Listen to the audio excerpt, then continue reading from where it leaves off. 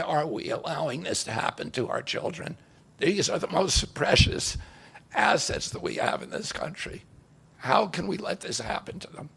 About 18% of American teens now have fatty liver disease. That's like 1 out of every 5. That disease, when I was a kid, only affected late-stage alcoholics who were elderly. Cancer rates are skyrocketing in the young and the old. Young adult cancers are up 79%. 1 in 4 American women is on antidepressant medication. 40% of teens have a mental health diagnosis. And 15% of high schoolers are on Adderall, and 500,000 children on SSRIs. So what's causing this suffering? I'll name 2 culprits.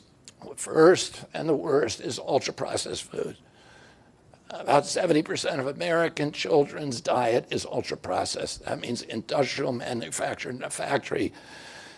These foods consist primarily of processed sugar, ultra-processed grains, and seed oils. Laboratory scientists who many of them formerly worked for the cigarette industry, which purchased all the big food companies in the 1970s and 80s, deployed thousands of scientists to figure out chemicals, new chemicals, to make the food more addictive. And these ingredients didn't exist 100 years ago. Humans aren't biologically adapted to eat them. Hundreds of these chemicals are now banned in Europe, but ubiquitous in American processed foods. The second culprit is toxic chemicals in our food, our medicine, in our environment.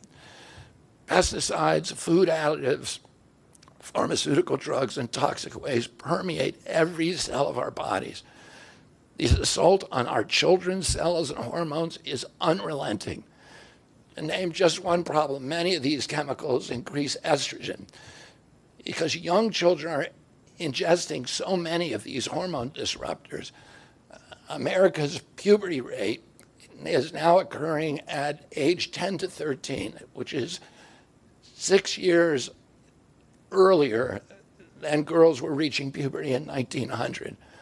Our country has the earliest puberty rates of any continent on the earth. And no, this isn't because of better nutrition. This is not normal. Breast cancer is also estrogen-driven, and it now strikes 1 in 8 women. We are mass poisoning all of our children and our adults